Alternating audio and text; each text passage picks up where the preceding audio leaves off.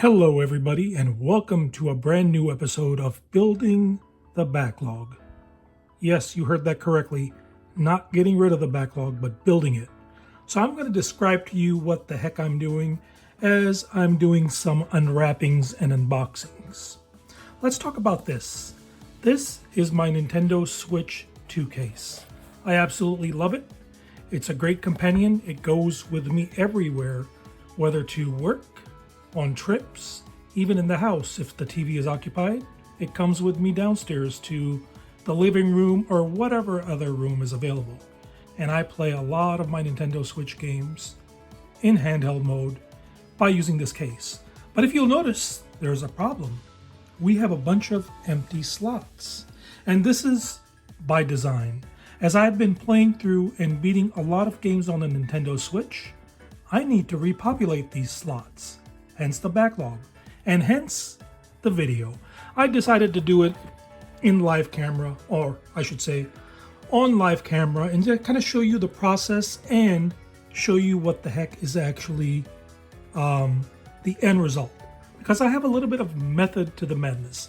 But let's get through that as I'm opening up these games. Ruffy and the Riverside. I've heard a lot about this game, and you know what? Hopefully it's a great game.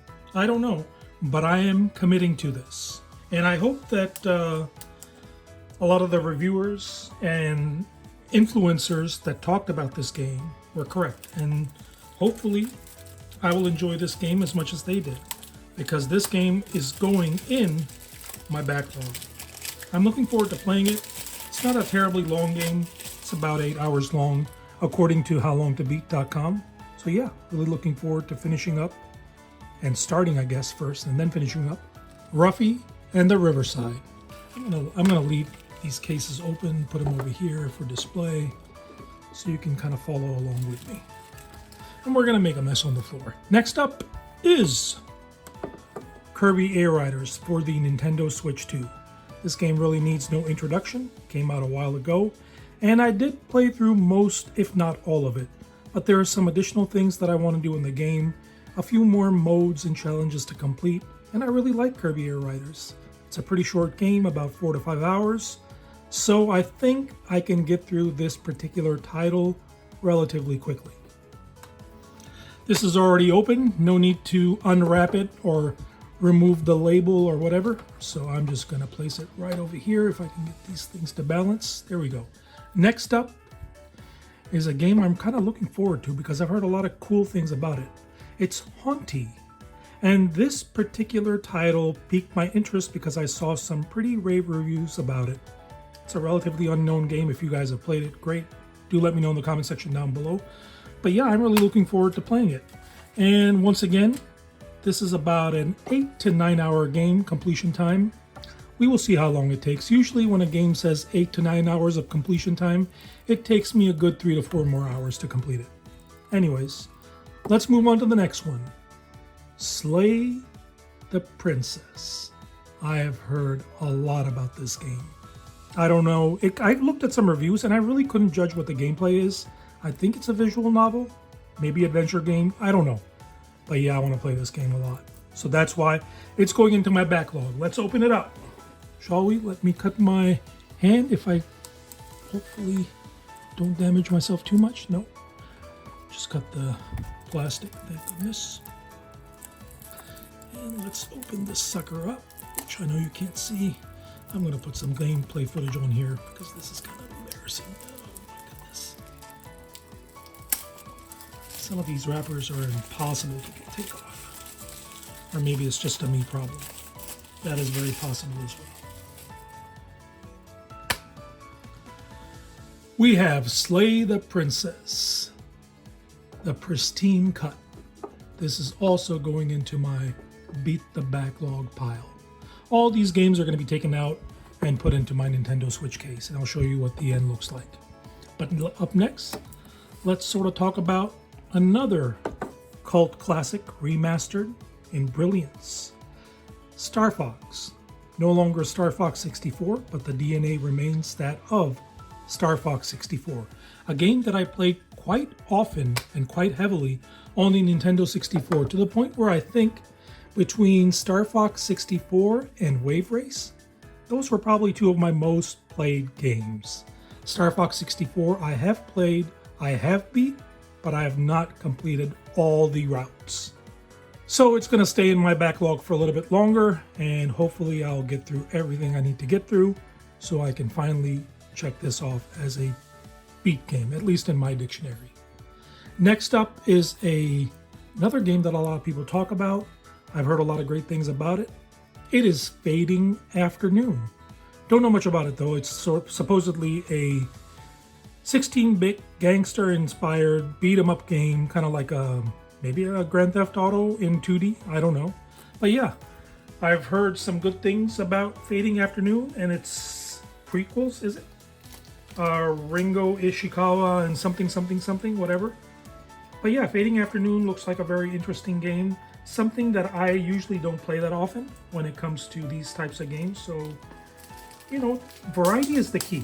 You gotta play different games in order to just basically get an overall feel for what is out there, especially if you're sort of going for beating 1,000 games on a particular console. You don't want to beat, you know, all RPGs or all first-person shooters, or I guess in Nintendo Switch's case, all platformers. You want to diversify. So yeah, really looking forward to Fading Afternoon. That, ladies and gentlemen, if I'm not mistaken, is game number 6. We have 4 more games to go because we have 10 plus 2 additional slots. But we'll talk about those in a little bit.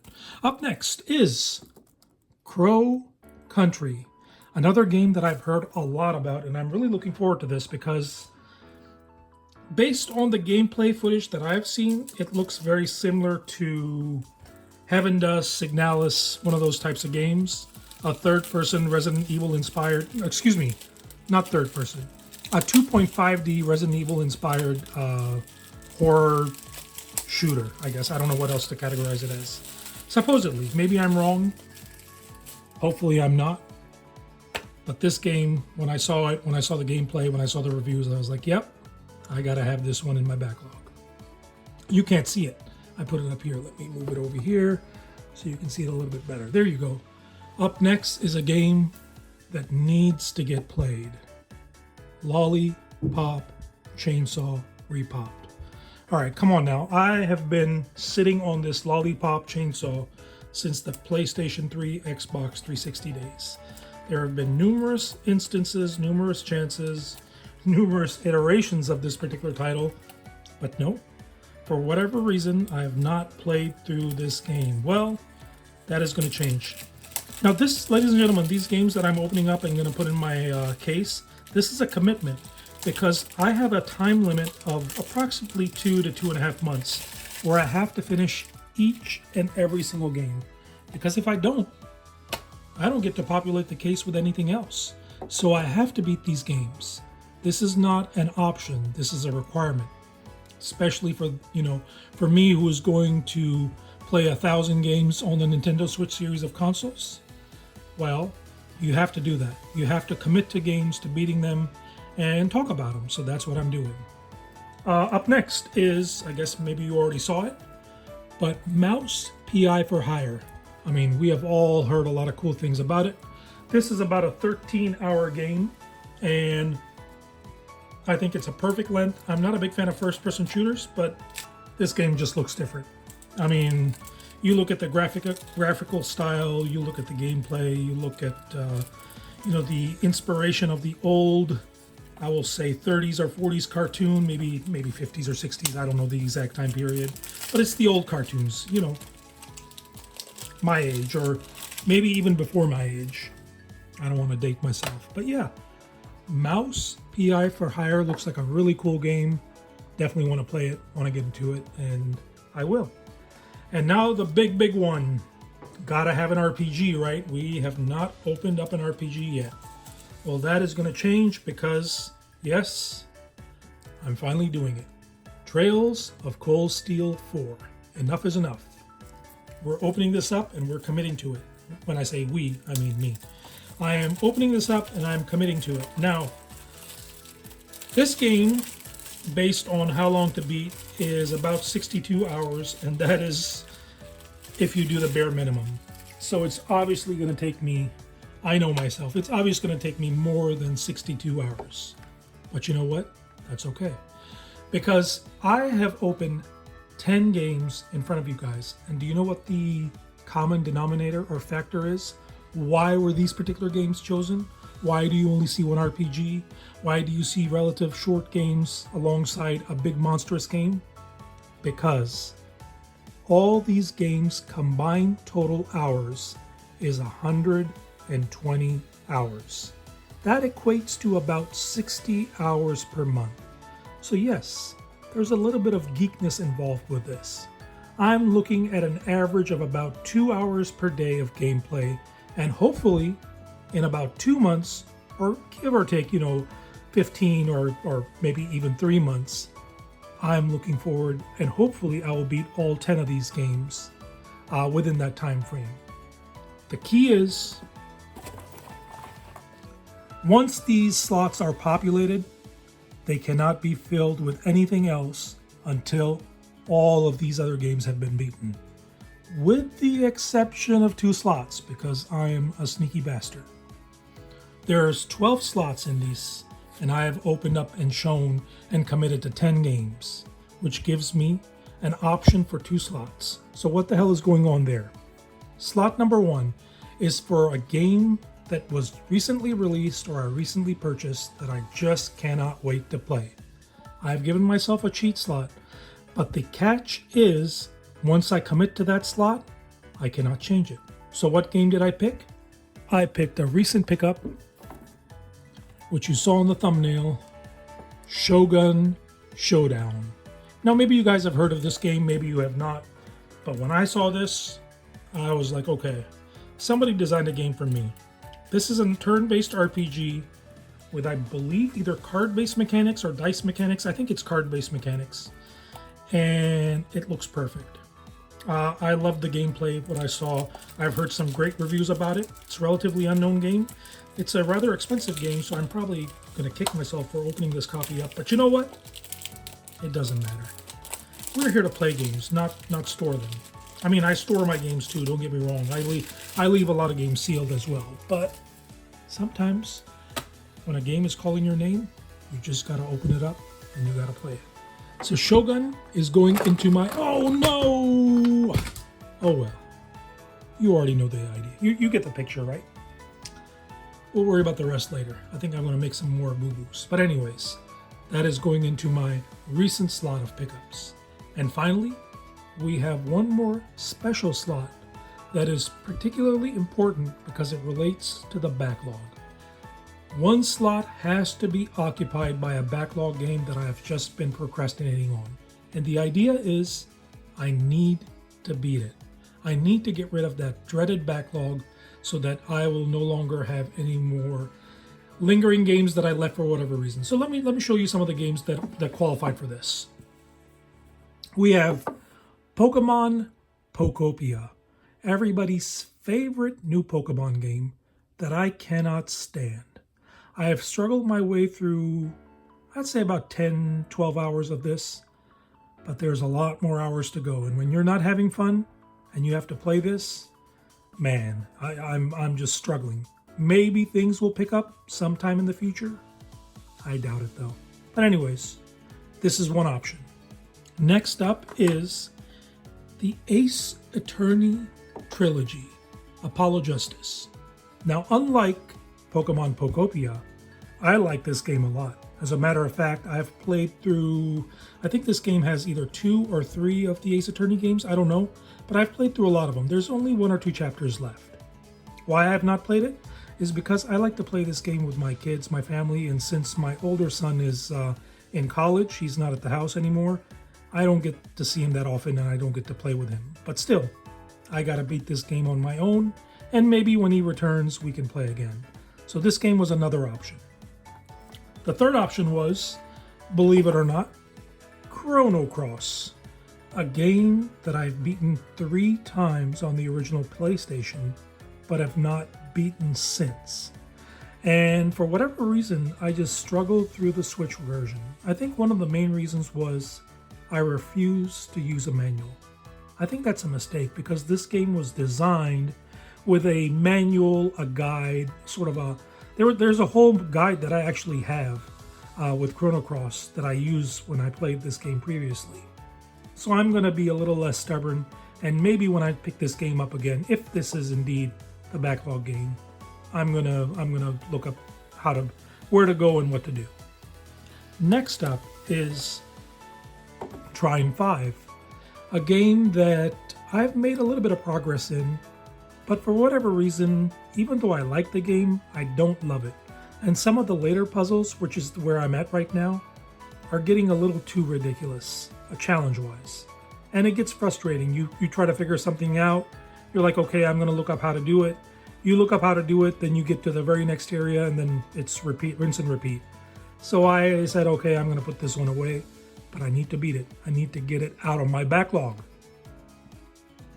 Next up is Baldo, the Guardian Owls.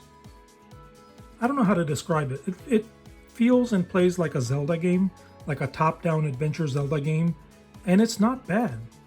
I mean, the reviews are pretty bad online, and the critics gave it a poor score, but this game had to have been patched because when I played it, I did not think it played that bad. Now, I was playing it on the Switch too, so maybe that's it. But yeah, Baldo was just a victim of its time because I was playing a lot of other games, and technically this really doesn't sort of kind of qualify for a backlog, but it does.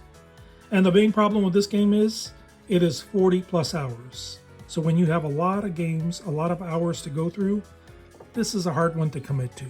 But I like it, so hopefully I will choose it. And finally, we have Shantae Risky's Revenge. Everybody's favorite genie, and for whatever reason, I cannot get through this game. I simply never know what to do. I don't know where to go, what to do, and it's getting a little frustrating for me. Do I need to look up some gameplay? Probably. But yeah, Shantae is another one of those games that on paper should be fun to play, and it is. It's a fun game to play. But it's kind of frustrating in its level design. So, we'll see. But anyways, I have to pick one of these games that I showed off in my backlog to commit to and beat. So which game did I choose? Any guesses before I reveal it? I picked